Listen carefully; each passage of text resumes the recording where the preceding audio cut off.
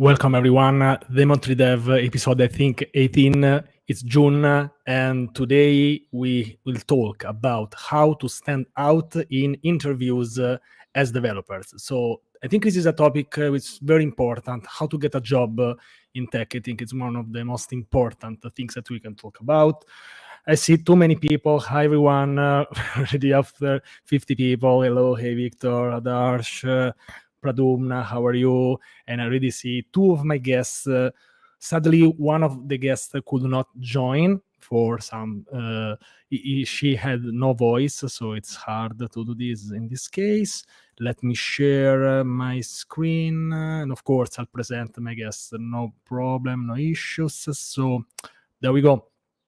So we have Eddie Hinkle from Glassdoor and Jessie Auguste from CybSafe. And the two talks will be, there we go, just a moment. So I'm sorry. Today I'm not prepared. Okay, so the first talk it will be with Eddie, and we'll talk. And the title is very interesting. I don't know. I'll ask him something about it. See, he's laughing. Okay, so it's a kind of, let's say, a very catchy title. I have to learn how to make a catchy title for a talk, but I'm super curious about this. So telepathy isn't your friend. I can have an idea, but let's see if I guessed it correctly. And the second one is with Jessie. Secure coding principles as your dev superpower. I loved also this title. So we have very catchy titles today. Super happy. And yes, so I think we can start. Just before we start, let me talk a bit about daily.dev and what is that. If it's the first time, I see too many people in the chat, really. So let me kick you for a while, but I'll invite you, both of you, soon. Bye, Eddie. Bye, Jessie. So let me remove. Okay, so it's just me. I hope I don't fail today because I'm kind of tired, but let's try it anyway. How are you? How is it going? So before we start with the interviews, with the talks, I just want to tell you about a new feature that we have kind of just released for daily.dev. It's called the Companion Widget. It's basically a tool that can help you to comment on articles. I'll not go more in details because it's super detailed already. There is a video, there are the docs, everything is linked in the chat. So if you want to ask anything, of course, you can reach out on social media. And yes, so let's see.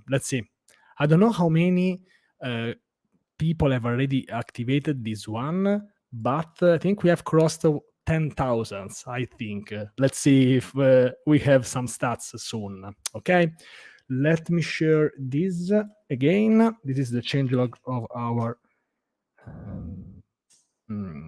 daily.dev. Okay, so we are done. We're also already close to 100 people. It's always great. So let me invite the first guest. There we go. There we go. Okay, Eddie. Okay, so Eddie is from Glassdoor, and he's settled in Washington, D.C. By the way, I'm just coming from New York. It's not super close, but, for sure closer than Rome. So Eddie does many things. I tried to check something about him before joining, and I've seen something like living life with your core values. For example, giving value to all the people. Is that right? I love that part. So, Eddie, a small introduction, and then we'll start with your talk. Thank you. Awesome. Yes, for sure. Yeah, definitely, my values, I try to work at a company that embraces values. I try to speak about topics that embrace my values. So thank you. But yeah, my name is Eddie. I'm a lead front-end engineer at Glassdoor. I help streamline and improve the front-end development process on the B2B side. So we help employers, improve their companies based on the feedback that employees and past employees are leaving on the public site. So yeah, that's about it. Try to mentor people through Twitter and stuff. So yeah, and I just recently started a podcast called WebJoy, which sneak peek, Francesco is actually going to be on in a little while. I know. I already seen that face somewhere. I've been invited on this podcast, and I said this is one of the few times that I'm not a host. And as you can see, now I'm the host again. So yes, and I'm super happy. I want to see also that interview. But yes, if you want, when you're ready, you can share your screen, and I'll let you start.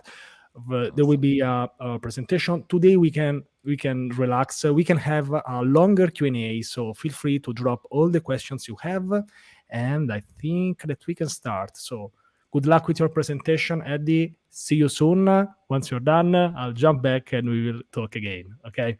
Awesome. Bye. Sounds good. Bye. Good luck. Bye bye. Awesome. Well, thank you for joining everyone today.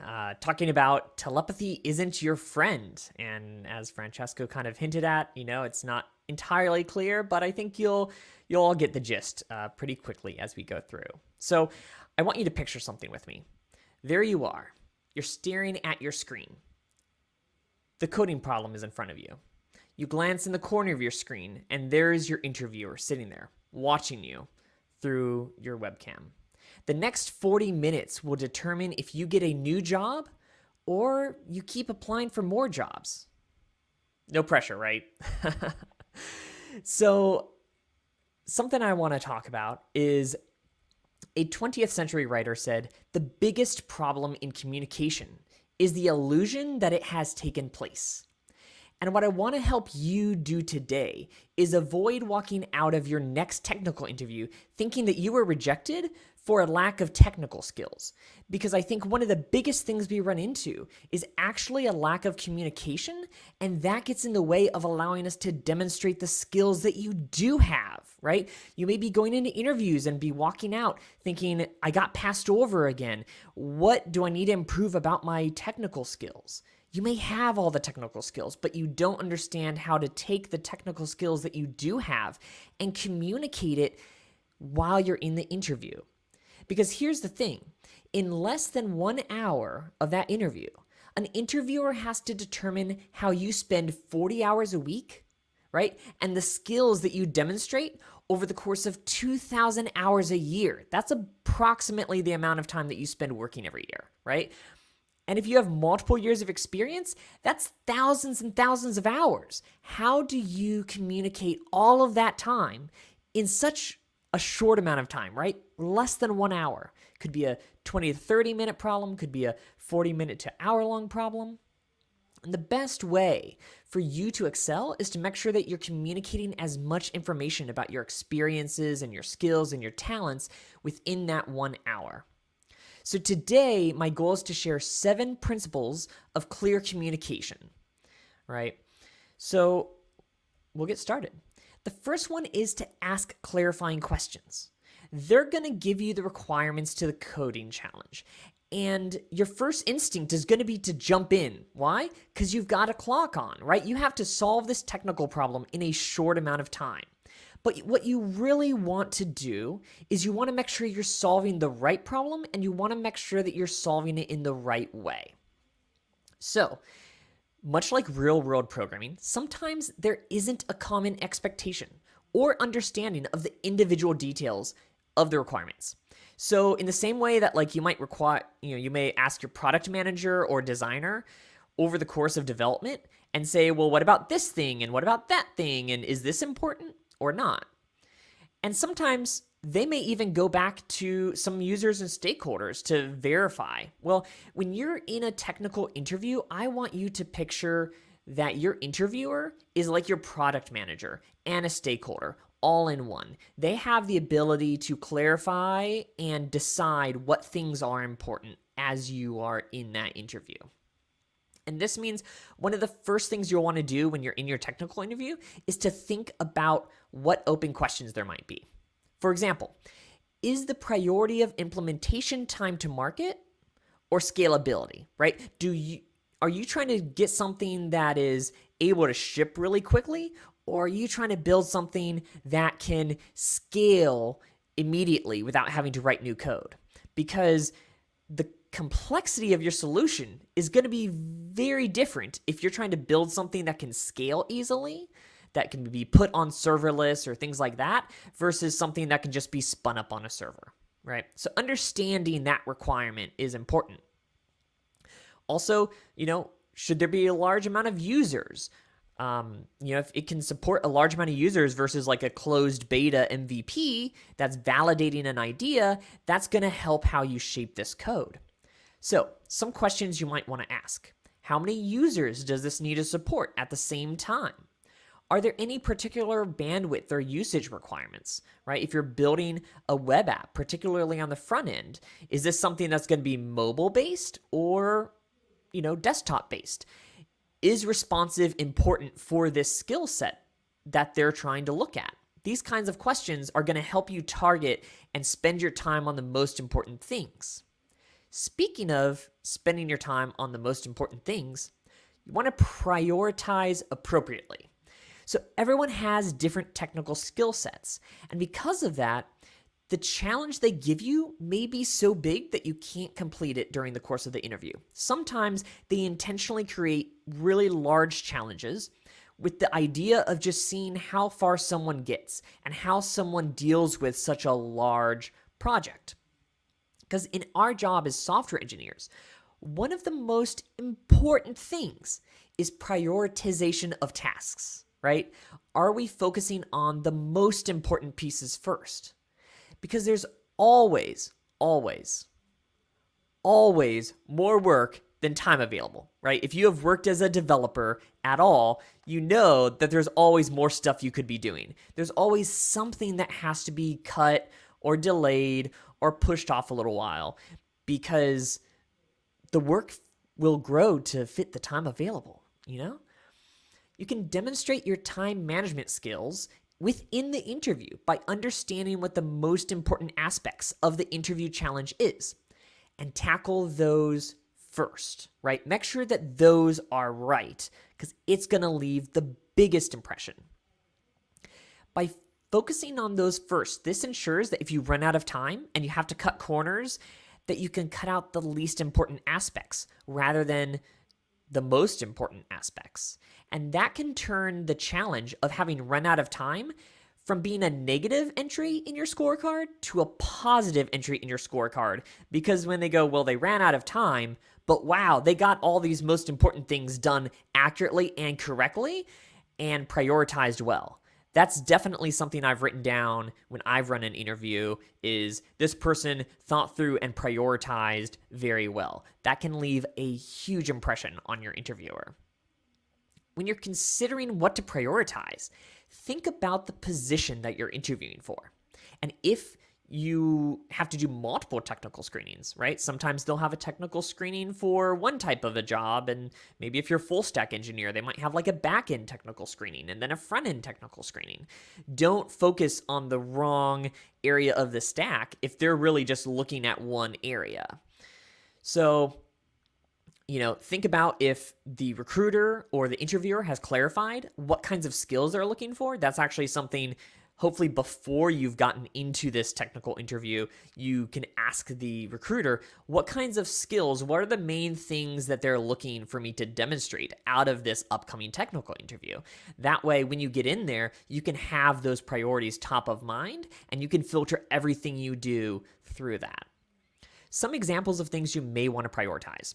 For example, if you are doing a general front-end development position, you may want to focus on the overall structure, right? How you create components, making sure that the DOM is all set up correctly, and delay some heavy CSS and styling until the end. It just depends if that's what they're looking for, right? If you're interviewing for more of a UX engineering position, something that really is emphasizing in the job description or the recruiter that they're really looking for someone who can polish UI and really understands CSS in an in-depth way, you're probably going to want to focus on that first, right? Get a general skeleton and then really start polishing that UI, because if that's what they're looking for and you don't touch CSS until the very end, you're going to be in a tough place. And finally, say you're a backend engineer and you're going to be mostly working with APIs rather than, say databases and things like that. It's probably a good idea to focus on the API contract at the start, right? Work on the endpoint, work on the object that's going to be received and sent as a request and response, work out all of that stuff, and then work on the implementation details And by doing that, if you need to shortcut that, maybe feedback some fake data, that, if they're not focused on database, is going to be okay. So once you've prioritized appropriately, it's still not time to start coding yet. I know. You're thinking, wait, am I going to code during this technical interview? I promise you, you are. All of this can happen pretty quick, but you definitely want to hit all of these things before you start, in just a couple of minutes before you start. So you want to explain your approach. Nice typo there. Explain as you approach. Oh, no. Okay, yeah. As you approach the problem, right? You're walking up to it. You're getting ready to start. You want to explain what you're thinking to your interviewer as you're approaching. So, right, you've asked your clarifying question, you've prioritized, and now you want to outline your approach to your interviewer to see, what it looks like. Because you may be feeling nervous, you may be feeling excited, but getting distracted by that code, you may end up making your solution more complex than it needs to be, which can cause you to run out of time. So that's one reason outlining things is good. The other thing is that your interviewer, they're not just assessing your technical skills. They're looking for how well you work on a team. So in most cases, companies are not hiring someone to be a lone developer that works isolated from everyone else, in the dark, hoodie up. You may do that at times, but you also are working with others throughout the day or the week or the project, right? Typically, you're going to be one engineer as part of a larger team. And that means just as important as your technical skills are, it's your collaboration skills. And this is your opportunity to really show how you can proactively collaborate rather than someone who is just forced to collaborate. So by quickly explaining your thinking of how you're approaching building the solution, you can call out the areas you want to tackle first, right? Remember, we just talked about how you're going to prioritize effectively and say, these are the top 2 or 3 things I want to tackle first and make sure that they're right, and then I'm going to move on to these extra ones. Well, this allows you to actually validate that you understood the priorities correctly, right? Maybe the recruiter told you one thing, but this interviewer is looking for another, right? There's miscommunications happen. You don't want a miscommunication to happen there and you to be focusing on the wrong thing. And when you finish the interview, they're writing down on the scorecard, completely missed the whole point of this interview, right? So that's not great. So walk through your approach, what you're thinking. Just takes a minute to explain to them what you're going to do. It allows them to give you feedback, which can make it easier on you, and it, shows your collaboration. So we've all heard of keep it simple, right? Keep it simple. Superstar, listen. We know you're fancy. You know you're fancy. But your technical interview is not the time to whip out all of your fancy skills to turn a single file into a 3-headed dragon. This is your chance to show off your technical skills and show clearly how you problem solve. Because they're not looking for a code ninja. They're looking at someone who understands problems and can solve them in simple ways, right? Lean towards simple and clean code in a technical interview. Don't overthink every variable name, but you should probably think about the variable names. Here's what you don't want to do. Don't create a one-line monstrosity that we all show off on Twitter, where you're able to do an HTTP fetch, filter out half the results, and convert them to some JSX for React, all in one line. That's fun to do as an experiment. It's not great for maintainability. In your technical interview, each line should accomplish one thing, one thought. And that allows someone to glance down your code and clearly see what you're trying to accomplish at any given point and how you're approaching that. That makes your problem solving on display rather than complicated code. The next thing is to call out edge cases. You aren't building a production application. You can't handle every edge case on the interview. nor should you. Your interviewer does want to know what risks you see, and if you were working full-time, what kinds of things would you actually catch and spend time on? So if you ignore edge cases, they're going to think that you don't realize that's a problem, even if in your mind you're thinking, again, right? Telepathy. You're thinking, oh, well, if this was real code and a production application, I would do this, and I would prioritize security, and I would write tests, right? If you're not supposed to write tests, don't write tests. But it's probably good to call out, like, hey, I'd probably do some unit tests to look for A, B, and C if this were a production application. One of the most clear ways to communicate, right, how you think and ensure that you're not relying on telepathy for them to understand your technical skills is to call out potential edge cases or concerns about the code you're writing or the system design that you're diagramming out as you're in the moment. So you're coding, right? You want to be talking as you code. So you're coding and you're like, oh, okay, I'm kind of taking a shortcut here. This is a little bit, choppy, but if this were production, I'd spend more time here fleshing this out, but I'm just going to kind of keep moving on, right? Maybe you put a little to-do in there so that they can see that you know how to do code comment to-dos. For example, you probably aren't going to write secure or super safety conscious code in a coding interview just because you're limited on time. But you can call out when you're working on a server and say, hey, we probably would want to protect this with CORS headers to protect against cross-site scripting or something like that. But I'm not going to spend the time to focus on that right now unless that's something you want me to prioritize. And then they'll be like, nope, keep going. And you're like, okay, and you keep going. Just know if they do say, actually, let's dive into that, right? Maybe that's a important thing for them is security and one of their most important things. And you say that, then they're like, actually, let's take a detour and let's focus on that. And that gives you an opportunity to flex those skills that you might not have thought to do, if you hadn't mentioned it. This is a big one. Admit when you're stuck, right? Asking for help shows self-awareness and humility. Overconfidence doesn't land well in interviews, right? It's okay to be confident, but you don't want to be overconfident. Most companies are looking for engineers to be part of a team. And when people are overconfident, that often gets in the way of them being an effective part of a team because their overconfidence prevents them from collaborating as quickly or as early as they should because the overconfidence says, I've got this. I don't need anybody else.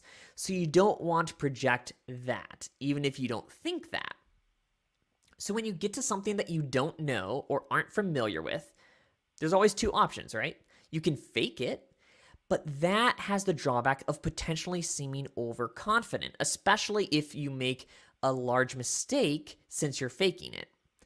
The other option, which is what I think you should do, is admit your limits and show your self-awareness. Lean into the ability that you learn, right? You can say, oh, I don't know that. I haven't had an opportunity to work with that hands-on yet, but it does remind me of such and such and such and such that I had to learn before. And, if this is a big requirement of the job, I absolutely could learn it on the job, right? Lean into the fact and call back times where you've had to learn things that maybe pop out as similar to you. And that's going to go a lot further in leaving an impression on that interviewer than just thinking, oh, this person's BSing me. Finally, be human. This interviewer isn't just a person on the other side of the screen. This interviewer could be your future teammate, your future boss, right? Interviews are hard, and we all get nervous. It doesn't matter if you've been working in the tech industry for 1 or 2 years or 1 or 2 decades. I was interviewing last summer before finding my position at Glassdoor, and I was nervous every single interview. I did all sorts of types of interviews. I interviewed for individual, IC roles. I interviewed for engineering manager roles because I was shifting out of being a engineering director. And I even interviewed for a VP of a small startup. That is a time that you can get some nervous. Like interviewing to be a VP, everyone you're interviewing, except for like the CEO, is actually like the people who are going to be reporting to you. That's a way to get nervous. Like having the people that interview you are going to be the people who decide if they want you to be their manager. So you have to shake it off, right? I just had to tell myself it's natural, and we're just having a human response when we're feeling nervous. Knowing that it's a human response and that everyone feels it no matter how long they've been in the industry allows you to move past it rather than getting caught up in it, because when you're nervous, you can't communicate clearly. It will get in the way. So just know, being nervous in a technical interview does not mean that you are an imposter, because that's what it always says, right? As soon as you get into an interview, your imposter syndrome starts firing up and saying, see, you're ill-equipped for this job. You don't know what you're doing. Why else would you be nervous? Know that everyone is nervous. You being nervous means you're human. Let go of it and push in and move on. Something else to remember, right? The person across from you is sometimes just as nervous as you are. I know plenty of people, myself included, who have been on the opposite side, and early on in the interviewer process, we are nervous, right? It takes a while to get confident and comfortable being the person who gives the interviews. So sometimes you see some weird body language or some weird expressions on the person interviewing you. Don't get caught up in any of that. There is no real way to know how you're doing in their interview, right? By the person's body expressions. I've been in interviews where I have amazing, body gestures. They're happy, they're smiling, and I get rejected. I don't get to move on after that interview. And I think, I slayed it. This person's so happy with me, and it went nowhere. I have other times where, they're more stone-faced, they're cold, they're more shut down, and I get moved on to the next one. And it's just know that this person is another human. You are two humans interacting, right? And you can pick up on some subtle cues, but it doesn't really know. So just be warm, engage with them, right? If you make a mistake, laugh it off. It's okay to show your interviewer that you're human, because that's going to help you stand out more than people who kind of just shut down in the interview. And that is my talk. This was really amazing. I don't think I will have any question because you said literally everything. So this will be a problem. So I'll try to get some time, but this will be hard. So now I'm joking. There are some of them, but really congratulations. And before we go on the question, so you have a couple of seconds. What you said in the last, I'm trying to remember. It's exactly what happened to me. I got an interview. Everyone was smiling, and I didn't even get the email. So I gave it like ghosted. Ghosted. No, that's the worst. The second one for the European Space Agency, they were very serious, and I got like a job offer the day after, because maybe they are just thinking they hate you. Like, so exactly. Really cool. So thank you for reminding me this, because I forgot this. Nice. Okay, I see some very cool faces here. I don't know if I'm there, but these are like the So before we go on the technical stuff, of course, you talk about stuff, and people. Tomer, by the way, he works at daily.dev, so he's the designer of daily.dev. He asks for which microphone are you using. It is the Quadcast HyperX Quadcast S. So, okay, nice. Now, Tomer, I want you to start a podcast too, if you haven't started it yet.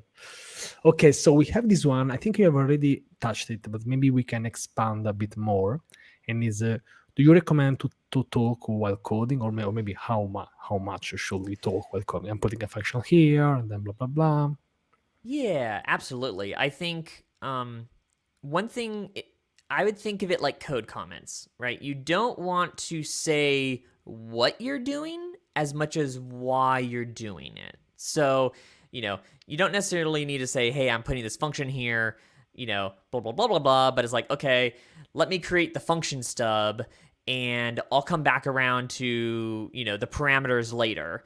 I'm going to move down here and focus on something else. So kind of talk them through your thought process and how you're approaching it, but not like you're not narrating the code that you're writing, but instead you're trying to talk them through what you're thinking about as you think it. Perfect. Nice. Thank you. I'm trying to find another. Okay, let's try this one. How to answer to the question, what special do you bring to the table as a fresher or an intern? That's a great question. I think one thing that you bring to the table, right, as someone who's new, an intern, someone who, is fresh to the job industry, is a new perspective, right? So think about your experiences, and if you can call out things that stand out to you. This doesn't necessarily fall into technical interviews as much, but like commenting, like in more the cultural interviews, or like talking with people about the company, like commenting on the company or their application or things like that, help give them a fresh perspective and show them that, hey, by hiring me, like I'm bringing an outside perspective. I'm not the same thoughts as the people who have been in the industry for the last 10 years, right? You're going to get someone who thinks fresh and in new ways. Nice. I always love your answers. Perfect. Nice. We have the one more that I lost it. Let me find it. It was about this one. Preparing myself to schedule my first interview in English, I would like to ask if you have any advice for a non-native speaker, non-first language interview. What would you suggest? Gotcha. That's a great question, because I will admit I have never been in the circumstance where I'm having to communicate in my non-native language. First of all, just acknowledge and accept that is difficult, right? I mean, the amount of work that goes into just communicate normally, non-technically, in a second language is tremendous. So I think the first thing is to have some grace on yourself, right? Know that you are doing something that is challenging, and know that the person that you're talking to is going to understand that it's challenging, right? If there is, any kind of disclaimers you want to call out to them, to begin with, I think that's fine to do. I think one of the biggest things is really just reflecting on the things that I talked about in this talk, because if you are having to figure out the right words to use, right, while you're trying to communicate, because it's not your native language, then you might get to less things in the interview. But if you're prioritizing appropriately, they're going to look back on it and they're going to say, you know what, it took us a little bit longer to communicate, right? Maybe they had to rephrase a question. Maybe you had to, explain things a couple of times. That happens. It happens in the daily job, right? I work with people who blow me away every day because English isn't their first language, but I get confused and I think it is. That's how amazing they do. But this is a part of the daily job. So showing them how you engage and how you move through it and can rephrase things for clarity and stuff like that, I think goes a long way. And just know that by prioritizing, it's not a big deal if you don't get to all the stuff. Because in that situation, you probably won't get to as many technical things as maybe someone who does have English as a first language. But if you're showing all of kind of these soft skills, these extra things, they're going to look and say, all right, they didn't get to as much technical stuff, but we really understand the way that Victor thinks, you know what I mean? The way that they process and stuff. So I think that's the best way to do that. Yeah, absolutely. I can give my 2 cents, which is a super simple one. Talk slowly. Talk slow, because it seems that you are even more confident. Instead, you are trying to explain things. So I usually try to slow down so people can understand you better, and you also look confident. Or maybe you are, but it also, for example, if I talk slowly, I start feeling more confident myself because I have control of what I say. I can also make a pause. So I would work on this. And I think you will never get rid of your accent. I'm trying to hide it, but it's impossible. So I have to work on that. Someone also said, Francesco, don't get rid of your accent. But I think I got rid, but it's not. Okay, so okay, we can have, by the way, a longer Q&A session, so we can stay 5 more minutes. We have at least 2 more, Andy, if you have time. So what's the best, I like this one. What's the best answer to tell me about yourself, which can mean nothing and everything, because probably they don't want to know about your childhood, maybe what PC you had when you were 5, or maybe yes. So how can we reply to a so generic questions? I think that it happens with some recruiters that they start with a very generic questions. What can you say about this? This is interesting. Yeah, absolutely. I think, one of the things that they do with that question, right? Because you always want to think about when someone's asking you a question, what are they looking for? What are they trying to learn from you by asking that question? And I think one of the most important things about tell me about yourself is they're asking what you prioritize, what you think is important, right? They already have your resume. They don't need you to list every single job you've had. Like, they already saw that. What they're looking for you to say is to give context, to give story about how you've learned. Have these just been a bunch of random jobs, or has this been a progression, right? I would really lean into, when preparing for these interviews, think about the story of your journey.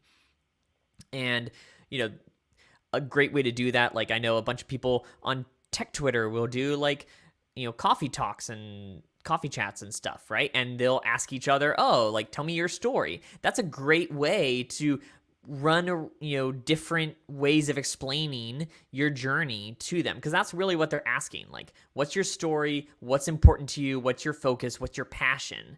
And, if getting involved in programming when you're a teenager is part of it, well, don't say everything from teenager to now, but you can highlight, hey, I started programming when I was a teenager because of X, Y, and Z. And then I got into working in coding, and then here are the 2 most interesting jobs and how they propelled me forward. Nice. I love it. And also, let me add 2 cents. If English is not your first language, making coffee chats, you can get friends, but also you can make in practice for free. So it's a good thing. Nice. Perfect. Okay, let's go. Let's take 1 or 2 more. Eddie. You are amazing, for real. So now Kunal is asking how to find recruiters, or maybe we can expand a bit on this. Like, should we find them? Getting found of by them. So which are the strategies? Of course, those are very generic questions, but which is your point of view? Yeah, so that's interesting, right? How to find recruiters. I think one of the things you want to do is try to make yourself be able to be found by recruiters rather than, vice versa.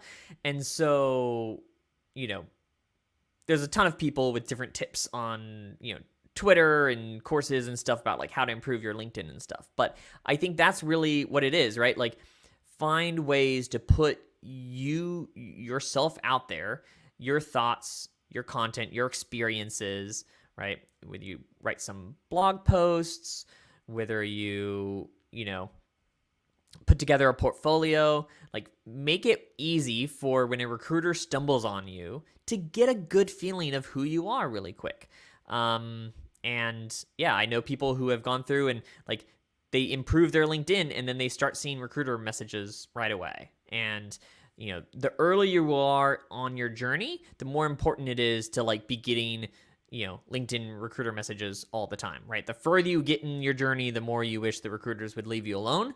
But those first couple of years are definitely like key. The more awareness and visibility you can get by recruiters, the better. And even hiring managers will look at LinkedIn. I know that at my last company, I was also doing a lot of like sourcing for my team's positions. And so I was out on LinkedIn searching, for people and reaching out to people. So I think LinkedIn is one of the most powerful things you can do for being visible and being found. Perfect.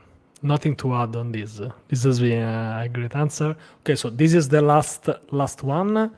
And this, for example, is something that also happened to me because I coded for some closest source projects. So what if a developer mostly have done closest source work? What should they do in this case? I needed this like two years ago.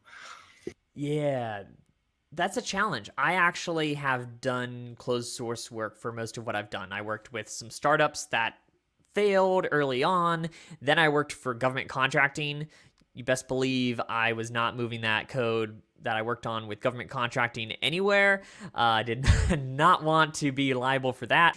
So most of my journey, I've done a couple of things based on how much time I have available. Early on in my career, I had more free time. Didn't have kids, wasn't married, right? Like I had more me time. So I spent a lot of time on side projects. Always had some kind of side project going on that I could use to demonstrate the work. And oftentimes it was in newer technologies than maybe I was using in my day job. So it was actually better to show off than some of my closed sourced work. And so that was really helpful. The other thing is, I think oftentimes developers don't build a portfolio in the same way that, say, designers do. And I think we could really get value from having portfolios like designers do. Designers talk about a project that they did. They outline the process, the steps. They do end up showing visuals and stuff. And for that, one thing I lean on is if I work at a company and they make any public blog posts when they do like new releases of the features, any features I touched that they post that screenshot publicly, I download that onto my computer, because once it's public, it's no longer on you. They already marketed this feature publicly. So downloading images of stuff you work on once it's posted publicly by your company gives you some imagery to use. Then write up a portfolio, that kind of just describes the process, what kind of challenges you ran into, what kind of successes you had. And by describing the experience, you're actually bringing something more valuable than code, because showing someone code that you wrote 4 years ago that you don't really like, you've learned so much in code since then, it's better to show your process. So I'd lean into that for sure.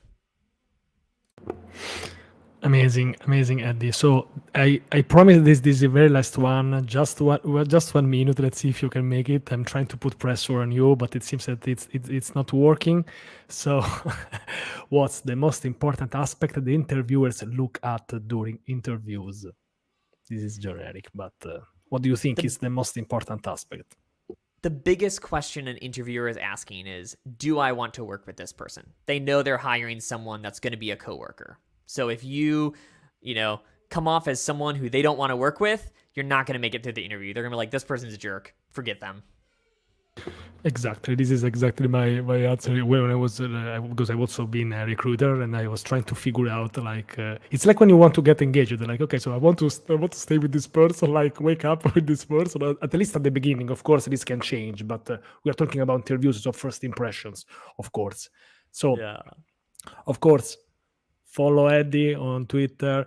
He has started this podcast with this amazing guest like Francesco. So I highly recommend to do this. Sorry for the shameless plug, but this was not intentional, to be honest. Eddie, thank you so much also for this long Q&A. You have done an amazing job. And yes, amazing. Awesome. Perfect, Eddie. Thank you for having me. Okay. Have a good one, everyone. Perfect. Okay. Bye, Eddie. Bye-bye. Okay, let me invite... Okay, sorry for this glitch. Okay, so now is the turn of Jessie Auguste. She's from London. Maybe we'll also meet in November because maybe I'll be at a conference. So let's see if we can make it. And Jessie works at CybSafe. And I've checked that you're also a lot into inclusivity, right? Yeah, for example. And I like also this topic. And yes, Jessie, please introduce yourself for just a couple of minutes, and then we will start with this very interesting title, which is Secure Coding Principle as Your Dev Superpower. Amazing. Thank you so much, Francesco. It's lovely to be talking to more devs about security, something that I'm very passionate about. So a little bit of an introduction to myself. I'm Jessie Auguste. I'm a back-end software engineer at a cybersecurity startup.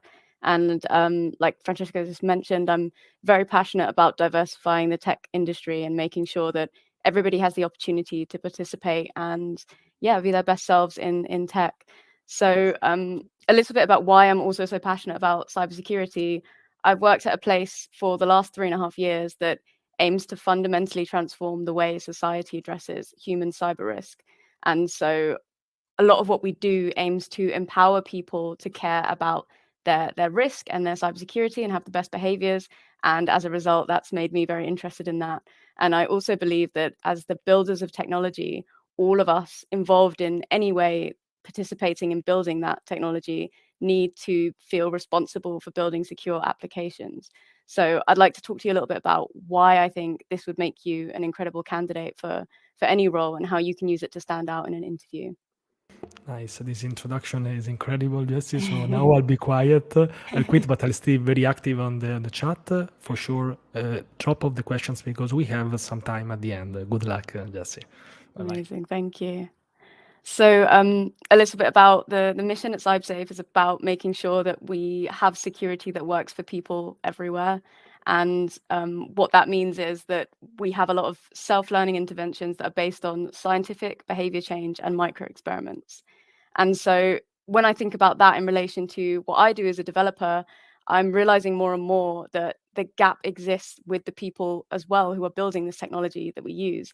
And there was a really interesting study recently that found that 81% of developers that were part of the research study have knowingly released vulnerable applications. I find this terrifying, and I think that it shows the gap that there is not just between the people and the technology that they're using, but also the people and the ones that are building the technology that they are using. So a little bit of an intro into what cybersecurity is. I'm sure you're all aware, but it's the ongoing effort to protect individuals, organizations, and governments from digital attacks by protecting network systems and data from unauthorized use or harm. So that's the general definition for cybersecurity. And then if we get more specific into web application security and the things that we're building as developers, it is the idea of building websites to function as expected even when they're under attack. And so that is comprised of a set of security controls that are engineered into a web application to protect its assets from potentially malicious agents. So there's no single strategy that will guarantee that an application is 100% secure, but the point of security is to slow attackers down. There is nothing that's bulletproof yet, to my knowledge. If there is, please let me know. But I think it's really important that we all feel empowered to implement the strategies that make it more difficult for these vulnerabilities to happen. So I really love this quote from the Owasp Global Board, which says that the problem of insecure software is perhaps the most important technical challenge of our time. When we think about the number of devices that are connected to the internet that we have within our homes, that we're using to communicate, that are collecting an enormous amount of data on all of us, we need to think about how we can maintain the security of those things and make sure that the data and the people using these devices and connecting and communicating are safe. And I think we all have a role to play in that. So I'd like to talk a little bit about Owasp. And for those who don't know what that is, it's I'll tell you a little bit about it. It's the Open Web Application Security Project. So it's a collective of engineers. It's completely open source, and they produce loads of free documentation and learning resources for all levels. I'm going to talk a little bit about why I think it's important that you use these resources to level up your development skills. But first, I'm going to talk to you about what the Owasp Top 10 are. So it's globally recognized as the first step towards more secure coding. And what I mean by that is that it's a standard awareness document that developers and people involved in building technology can use that represent a broad consensus about the most critical security risks to a web application. There are not nearly enough application security experts in the world to make any significant dent in the overall problem of cybersecurity. So the initial responsibility for application security must fall on the shoulders of us, the developers, the ones that are writing the code, that are collecting and processing these people's data. So how do they determine what the top 10 is? The short answer is that it's a lot of research, and all of that, again, is available as open source. You can have a look into it. But the basics of the model that they use is they have a risk formula, which is calculating the risk for a certain vulnerability is the likelihood times the impact. And yeah, they use that to figure out a score. And then the pulse of release and how often that they update this top 10 is about every 3 years. So you can imagine that keeping this information up to date is a critical aspect of this project. And so by adopting the wiki approach, where there's the regular updates, the Owasp community can evolve and expand the information in the guide and keep pace with the fast-moving application security threat landscape. So they're trying to balance the speed of change by releasing so frequently. And I think the key here is that you can see this as a guide for actionable information, which you can use to benchmark your code against. It's not necessarily the most comprehensive guide, the top 10. There are lots of other guides that go into a lot more detail, but I love this as an introduction to web application security because it's a broad consensus about the most critical risks. And so you can use it as a reference document and see common mistakes that can be made and read about the well-tested ways that others have found to mitigate those risks. And then I want to talk about why organizations are incorporating this into their processes. So because of the amount of work and research and the calculations that go into it, using this framework, you can create an application that's more armored against cybersecurity attacks. It's an expert source checklist. So if you're looking at the top 10 and you're making sure that your application or whatever your project is that you're building has considered all of those 10, you know that you're more armored and by default you have a more secure application than otherwise. And something that I really love about the philosophy behind Owasp specifically is that the entire philosophy is about changing application security from being a black art or a closed secret that only a few experts can find out about. The whole point in this project is to keep the expertise in the hands of the people who need it, which is you, me, and anyone that's involved in building software. So you've got your priority of risks to focus on. And I think that this is a really comforting thing to look at first as well when you're first getting into web app security, because otherwise it can be overwhelming. There are hundreds of things you need to consider. And I think that having this priority of risks and seeing it ranked in that order can mean that you can address each one of these at a time, and also have a look into the different ways that they've been solved before with web frameworks and different types of technology without having to be too overwhelmed by all of the research that this can entail. So now I want to talk to you about why it makes you a better developer.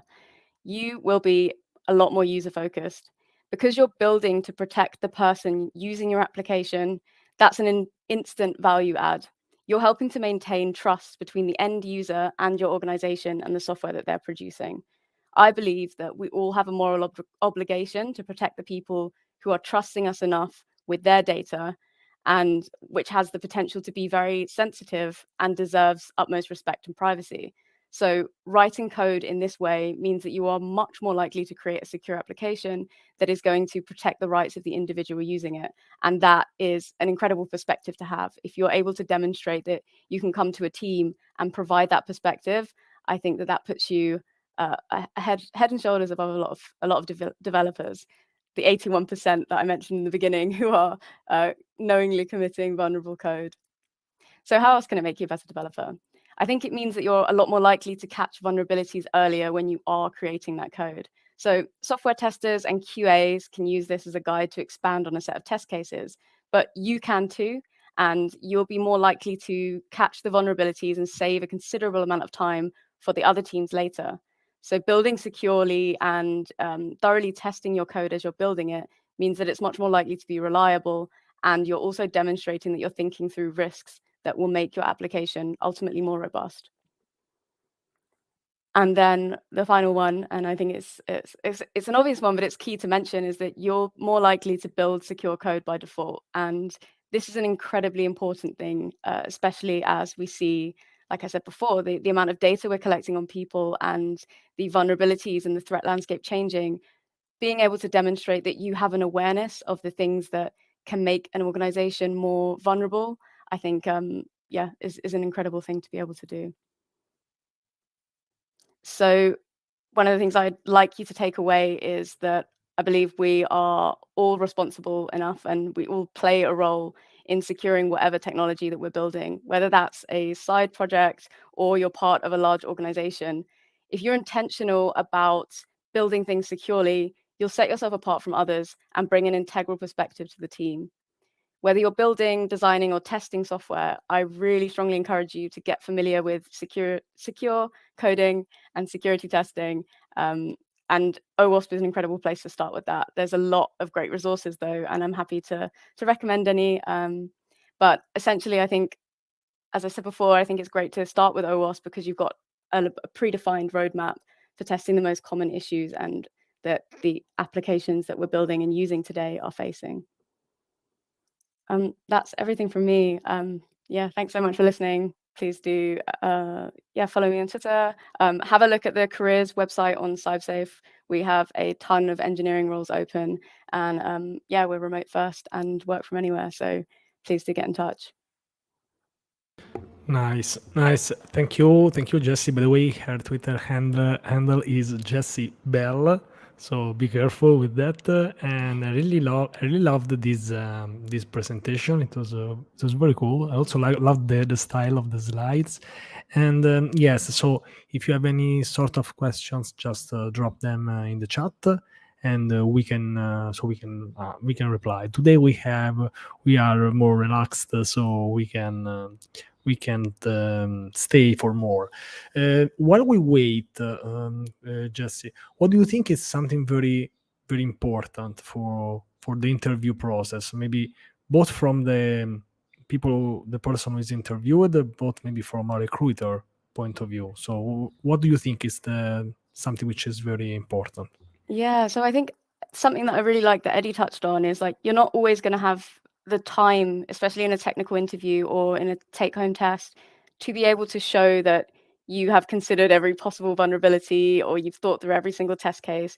So just bringing that up and being honest about that and saying, I haven't had time to think about this, but if I were to go away and have time to build this fully, then I would need to reference this guide or think about how I could make sure that broken access control is less likely to happen and things like that. I think there are ways that we don't necessarily have to bring all of this knowledge into the interview with us.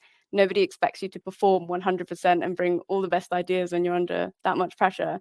But just showing that you have awareness of those ideas, I think can go a long way to showing what you're capable of and really communicating the value that you have the potential to bring to a team. Nice, amazing. By the way, you have to take maybe 30 seconds or maybe more because I want to show all the compliments because we have many compliments. By the way, Graham is also British. We have many here from you, many tips and compliments for the tips. Thank you. Great tips. So, okay, maybe we have one. No, we have some. Okay, so we are starting to get some questions. Cool.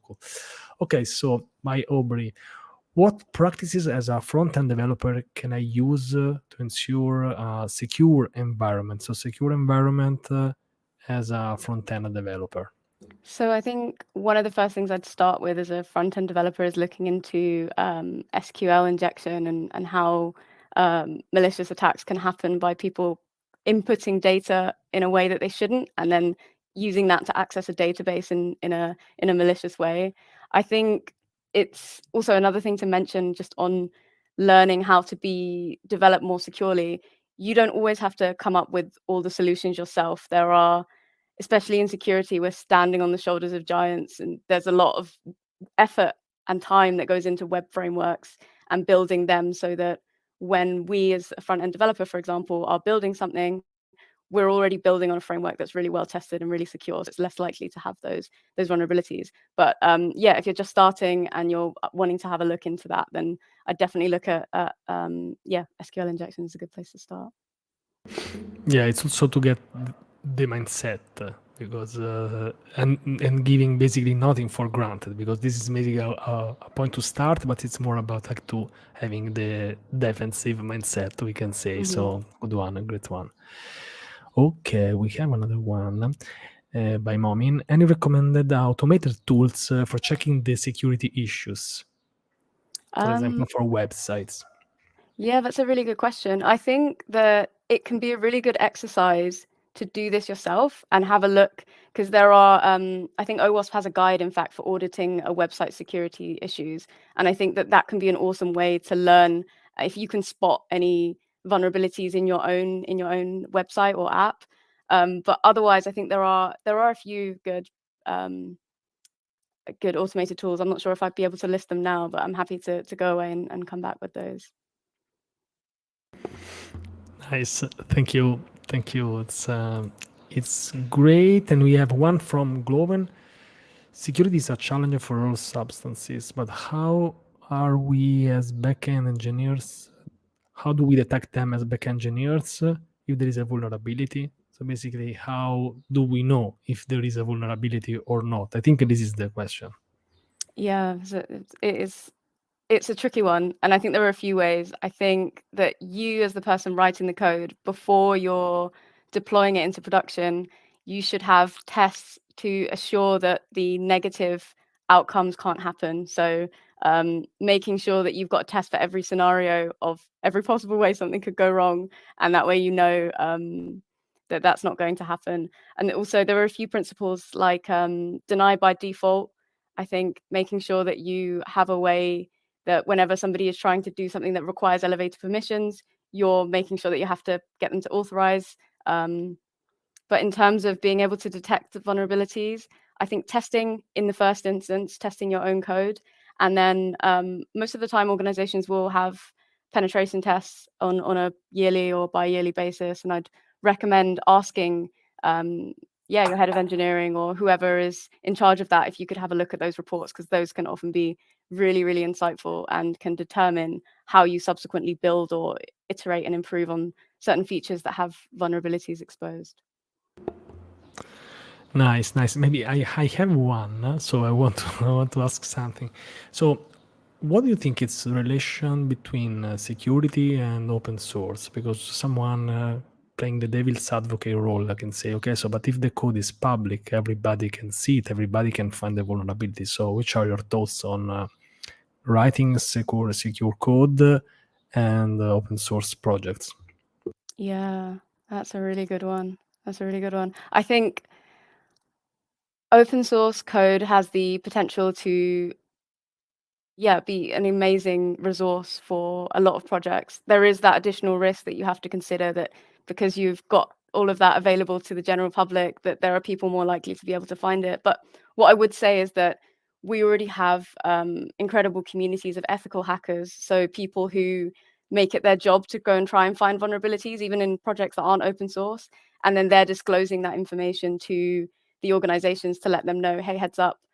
There was one that happened with Facebook business pages a couple of years ago where somebody discovered that they were able to, just by changing the URL parameter, make themselves an administrator of any business page. And I believe that they disclosed that to Facebook Meta before that was made available to everybody else. So I think even in examples where the project isn't open source, there are people who are finding vulnerabilities and disclosing them in a dignified and helpful way, which means that those are able to be addressed. I would be wary of being scared of open source projects just as like a blanket rule. I definitely still think that there's a lot of value and a lot of potential. I just think that you have an elevated risk. So one thing I would consider is you kind of want to have, depending on the data that you're using, different levels of data will require different levels of security. And so if you're dealing with really sensitive things like medical records, probably don't want to be using open source stuff for that. But if it's just someone's name and email, then that's probably less. I think it's very context dependent. But I'm interested to hear, what do you think? Of course, no. Of course, maybe you can open source some parts of the projects, but not there is a privacy Mhm. stuff, so maybe the stuff, of course, has to be secret, of course, for the privacy of the people. No, thank you. Yeah, I agree with what you say. Okay, there are some other questions. Not all of them are related to this topic, so I'll get just the one related to this topic, which is the security and send out in interviews. So it's I think, but I see that there are many questions about security. So it's let's get some of them. Um, so this is interesting. If there are no fixes for the vulnerability, what's the best way or best practice to move forward? Are those vulnerability would be whitelisted or what? So, and of course, I don't think there is a generic question because it depends on the. But I'll let you answer. Just Yeah, it's a tricky one. I think I would agree that it would depend on what it's being used for, what you're using that technology for. There are probably ways that you can make sure that the really important things that you need to protect are still able to be protected. But I do think that as fast as attackers move and the threat landscape changes, we're also very quickly building incredible new security tools and frameworks. And I do think that you might think that a vulnerability has no fix right now, but maybe it's something that you revisit again in the very near future and there is a solution. I would say don't give up on trying to find a fix. But yeah, it's a tricky one. nice. Okay, so someone is asking for your Twitter handle because I had the same problem because I had to find her. It took me some time. So maybe you can either share your screen again, but I think it's it's the one in Yeah. parentheses. It's one in Yeah. parentheses So I here. think it's because it has the underscore at the beginning, maybe. So it's Okay. underscore Jessie. Just to make it a bit Bell. more difficult for us, right? Jessie, thank you. And for me, Sorry. now I remember that underscore took me like 10 minutes. But I see people that at least now we know how to find you. Perfect. Thank Okay. you. Nice. I forgot if we had another question, but I think okay. I think we are done. Let's try to read this one together, but I don't know if it makes sense. Self-developer, everything from code to publish them, DevOps even though they not enroll DevOps engineer before. Maybe it's talking about generically about DevOps role, I think. So Vit, if you want, I don't know if you got the question properly. It's because I'm a non-native speaker, so I don't know if you get it. Otherwise, we can move to another one, no problem. Maybe I think it's asking about the DevOps role, call to publish as DevOps.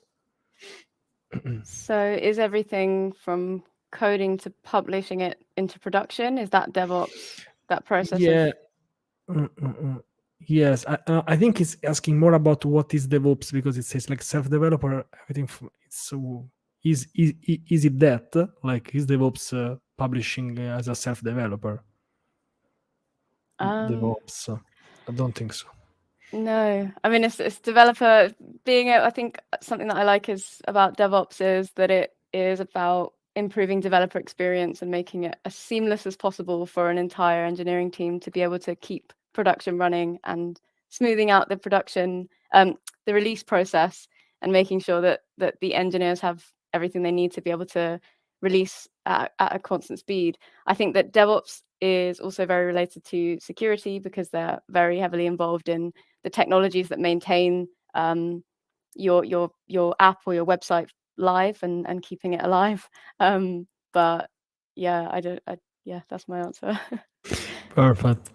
Thank you so much. So I think that we are done. So let me invite Eddie again because it's the background. Eddie, so we are done for this episode. I would like to really thank both of you because you really, we can say, dropped some bombs or given some gems. Say whatever you want, but I really loved both your presentations, and also we could relax and take many questions. So maybe if we have 5 more minutes, you can give maybe some final thoughts. Maybe because I made a poll before. I hadn't said this, but I made a poll like, have you done an interview in 2022? Let's say a very generic poll, and like almost 50% of the people said yes. So this means that it's a lot, because it's just in 2022. So it means that developers, they do a lot of interviews. It's an activity that I already knew this even before starting today, but I know because it's maybe for other jobs, I don't know, you make an interview and you do the same job like for 40 years. I think I don't know a friend of mine who have been like in the same company for more than 10 years maybe, but it's very rare. So which are your final thoughts on this, like how to stand out in interviews? Would you like to add something, both of you? Maybe Eddie can go first and then Jessie. Sure. I mean, I think the thing I like about this, I was wondering, when I knew that there were going to be 3 people talking about how to stand out in interviews, I was like, are we all going to end up saying the same thing? And the answer is no, but the answer is kind of yes. I think at the core of it, right, the way you stand out in interviews is like, there are so many developers, you have to show what's unique about yourself, right? And, investing into security, right? Showing your story, showing how you prioritize, like everything that Jessie and I both talked about, like ultimately it's about getting yourself to like show more than just the surface, right? How do you show below the surface in that 1 hour or less? So I think that's really it, focus on figuring out how to present yourself and your story in a way that gets that across, that kind of below the surface. I love it, Eddie. Maybe I have one more question, since we have 5 more minutes, because I already know that this can be useful, of course, for both of you. What if I get rejected in an interview? What should I do? Because things can happen. So what's do you think the right approach? Because I think almost everyone has been rejected at least once in something in their life. I think there is no a single person. So what's the right approach? I think something that I'd say is rejection hurts, and it is like not a nice thing to go through. So it's okay to feel sad about it and to be frustrated. I think you can put a lot of pressure on yourself to bounce back immediately and, feel guilty about feeling bad, but it can be really tough. So it's okay to feel those feelings. Those feelings are valid. I think the important thing is when you do have the clarity afterwards, try to find some feedback. I know that sometimes some companies can be reluctant, and you mentioned, Eddie, ghosting. I don't like that at all when a company does that. I think everybody, especially when you've gone through the process of giving your time and your energy, you do deserve to hear feedback. So I would ask for feedback, but then also, just try and move on and look up for the next opportunity. Okay, Eddie, I don't know if you can add something, because it's already great. Yeah, that was so good. I think the only thing I would add is the fact that just know you're not alone. I mean, I was looking at the other day at last summer, and I put in 100 applications, right? Like, I have over a decade of experience, and I applied to 100 different places last summer before I ended up with, one offer from Glassdoor. Now, I was still in the interview process with some of those companies when I just said, hey, Glassdoor, that's awesome. See you later, friends. Like, I'm not continuing the process with you. So maybe I would have gotten more if I'd stuck it out. But yeah, I mean, 100 to 1, it's a low percentage, right? And that's with a lot of time in the industry. So just know we all go through a ton amount of being turned away. It's not about you. It's not personal. It's just time and circumstances and luck. And just know you're not alone. We all face it. We all run into it. Exactly, Eddie. You got my only line. So you just stole the only line, which is basically. I see that you're also celebrating. Now, I mean, let's say that you are a great JavaScript developer and you know just a bit of Python, but they need a Python developer. So you can be even the master of JavaScript, but they are looking for that. I don't know. Maybe they put JavaScript just because it never hurts in the resume. But sometimes, usually, the companies, they look for something very specific. So usually they ask for many things. I don't know why. but they need something which is specific. So if you don't feel that, it's not about you, because let's say that you get the job, you are lucky, then you start working on something that you don't like, you're not expert into, you lose time. So what's the point? When, as you said, I don't think that developers have so much problem in finding a job. Of course, I'm talking generally, but I think that if you keep working and keep specializing in something, I think that there are many opportunities. I'm not saying that it's easy, of course, to find a job, but I want to say that there are many opportunities. This is for sure. And of course, never.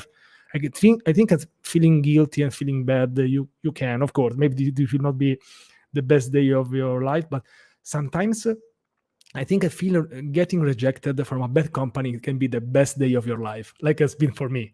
I've been rejected from a company, and then after 2 months, I was working for a way better company, the European Space Agency. So sometimes getting rejected can be the luckiest day of your life. What do you think? So I actually have to add into that really quick. I mean, first disclaimer, I feel, I feel for everyone that has gone through the layoffs recently, but I did interview at a company and it got turned away from a company that actually has gone through 2 rounds of layoffs over the last year. And like you said, that's been one of the things where in the moment it hurt and it stung. But since then, I've been like, wow, what a relief. Like, it's the most I've felt for people who have been laid off, because I really reflected and was like, wow, like that could be me. I could be one of the people who are going through this right now. And so I felt grateful that I had been rejected, because it saved me from experiencing that, and also just made it all the more real, everyone that has been laid off. So if any of you have been laid off and you're in that process, I hope that this session has been helpful for you, and definitely good luck, and you can do it, Nice. I always say, like, if we all with this episode of the monthly dev with more than 100 people, we can help just one person to get a job. It's worth. My time has been worth everything of this organization. Yes, Jessie, would you like to give some final thoughts? Yeah, I think just to add what you two have both said, I think sometimes the rejection can be a redirection, and it's not always the worst thing. And as long as you can try to find one thing that you've learnt from that process, there's now one thing that you've Googled and found out, and you're ready for that question again the next time it comes up, then it's a win, and it's part of your journey, and it will become useful at some point, and you'll realize when it does. So yeah, don't always be so disheartened by that.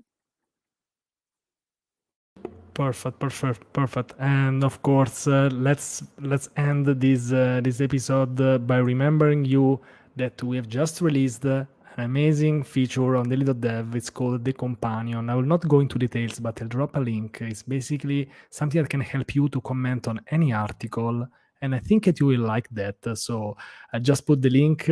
And tell us if you like that. So your feedback, you're always open. Everything is free. You can try the video there for free. So it really costs you just a couple of minutes. So I think this is worth a try. There are too many people saying thank you. I'm trying to highlight them all, but it's hard. I don't know if this is good or bad. Maybe it's me that I'm bad. I'm slow today because I haven't slept. So I'm sorry for both of you, but you can go back and get what you deserve. So I'm sorry, Jessie and Eddie, but thank you so much for joining. Thank you for being here as speakers. I really enjoyed both the presentations, the format of the slides. You're being very open. We have tried to reply to all the questions, so thank you. Of course, check them on the socials. I put the links in the descriptions. We've also put these multiple times. And yes, good luck. Hope to meet you in person one day, both of you, of course, so we can eat something together, drink something together, and we are done for this episode of the Monthly Dev. Perfect. We are done. Thank you so much. Bye, everyone. 4 more likes to 100 likes. No problem. It's okay. Bye, everyone. Bye-bye.